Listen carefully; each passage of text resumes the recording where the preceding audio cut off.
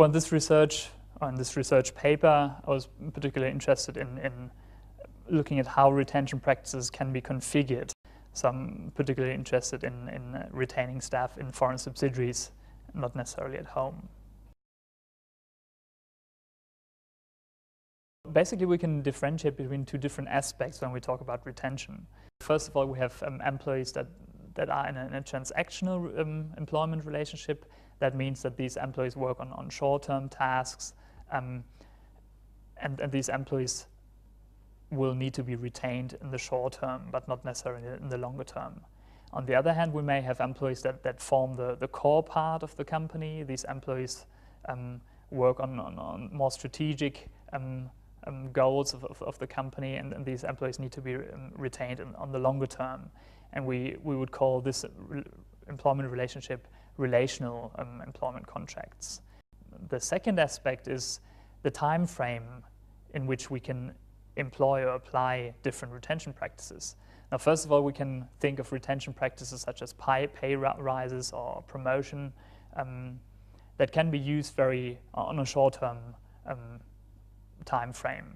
On the other hand, we have more preventive practices that try to avoid turnover in the first place. And one way to do that is to select those employees that fit very well with the corporate culture of the company, that fit with the job that they are supposed to work on. So these practices are more, I guess, proactive practices to prevent turnover in the first place, whereas more short-term reactive practices are responsive retention practices. If a company were to apply retention practices in the same manner abroad, this would restrict the retention capacity that a company has to retain staff in foreign subsidiaries. So even though a company may be inclined to transfer practices from its home country abroad, this would be suboptimal. Some practices can be transferred because certain cultural, institutional requirements are similar between the home country and then the specific subsidiary country, but these context generalizable practices have to be complemented by more context-specific practices that can be adapted to the local context. And in order to successfully retain staff abroad, a company needs to apply both type of practices. A few examples for context generalizable practices are mentoring systems or training courses. These tend to be companies tend to be able to apply those in different contexts. Also, using multiple selection criteria when you select new employees for a specific position. This is something that applies to almost every context. On the other hand, context-specific practices, for example, are compensation plans. In more individualistic cultures, such as the UK or the US as well, you tend to provide performance-based pay that is driven by individual performance, so by the performance of a single employee. Whereas in more collectivist cultures like Mexico, China, you will find more group-based performance pay systems. The framework for successfully retaining staff in multinationals' foreign subsidiaries is really based on 5 key dimensions. The country of origin of the company obviously will have an effect. So Anglo-Saxon companies, for example, tend to have a more short-term orientation, so they tend to promote people more rapidly if they perform well. They select people that fit with the job so that they can perform on the job from day one, whereas continental European or Japanese multinationals tend to be more long-term oriented.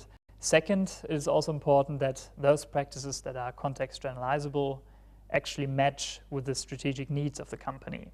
So for example, if a company is very decentralized and each subsidiary tends to be fairly isolated or separate from the other, then it does not make sense to transfer international or inter-subsidiary based career plans or career path, because it doesn't make sense to transfer subsidiary managers from one subsidiary to the other.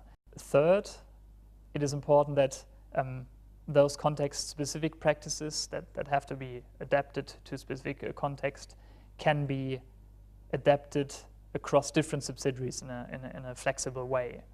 For example, if a multinational allocates rewards based on performance appraisal, this is something that is fairly standard and that companies do. Now, performance appraisal tends to be more context-specific practice.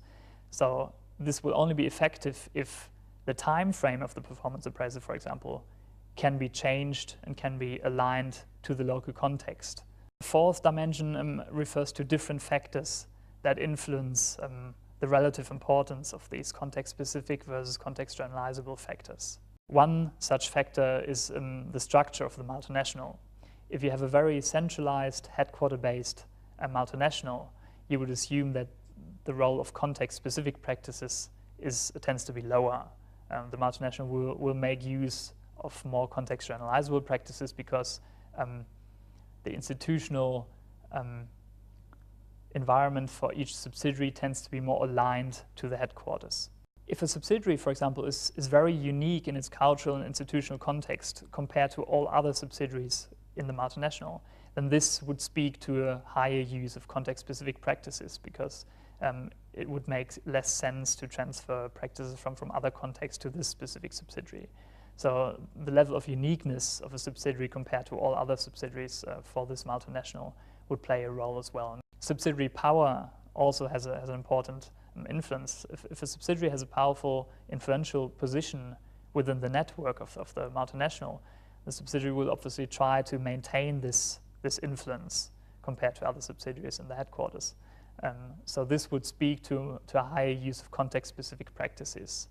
And finally, another factor would be the level of interaction between subsidiary and headquarters. If there's a lot of interaction between the two units, people think along similar lines, so practices that are transferred tend to be more similar, so a multinational would be able to use more context-generalizable practices to retain staff.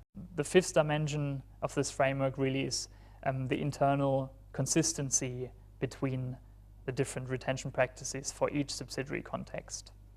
It's important to ensure that the different practices that are transferred, both context-generalizable and context-specific retention practices, are aligned and matched in order to achieve synergies in retaining staff in a specific subsidiary context.